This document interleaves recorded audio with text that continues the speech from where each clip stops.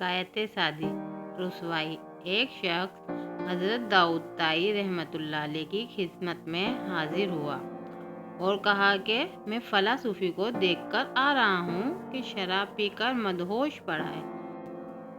इसकी पगड़ी और जिस्म के कपड़े फीके से लथड़े हुए हैं और कुत्ते इसके गिर जमा हैं।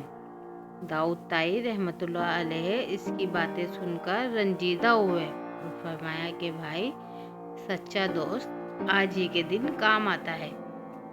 जा और इस सूफी को वहाँ ले आ। इसने बहुत बुरा काम किया है और सूफियों के नाम को बट्टा लगाया है।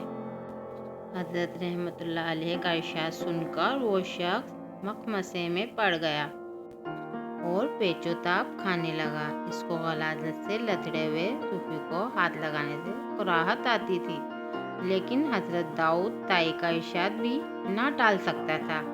आखिर तवम व करहन जाकर इस मदहोश सूफी को कंधे पर लाद लिया।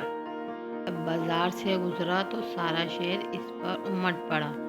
लोग तरह तरह के ताने देते थे। कोई कहता, जरा इस दरवेश को देखो, इसके तकवा, पारसाई और दीनदारी के क्या कहने। कोई कहता था कि आजकल के सूफियों को देखो कि शराब पिए हुए हैं। एक मदहोश है और दूसरा नीम बेहोश तफ है इनके औकात पर। गर्ज जितने मुंह उतनी बातें। वो शख्स लोगों के ताने सुनता था और खून के घूंट पीता था। खुदा खुदा करके इस सूफी की क़यामगाह पर पहुंचा, इसे वहां छोड़ा और खुद लोगों से मुंह छुपाए अपने घर गया।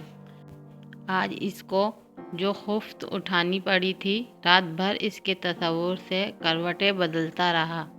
दूसरे दिन हज़रत दाऊद की खिदमत में हाजिर हुआ तो उन्होंने हंसकर फरमाया, गली कोचा में भाई की आबरू रेज़ी ना कर, वरना ज़माना शहर में तेरी आबरू रेज़ी करेगा।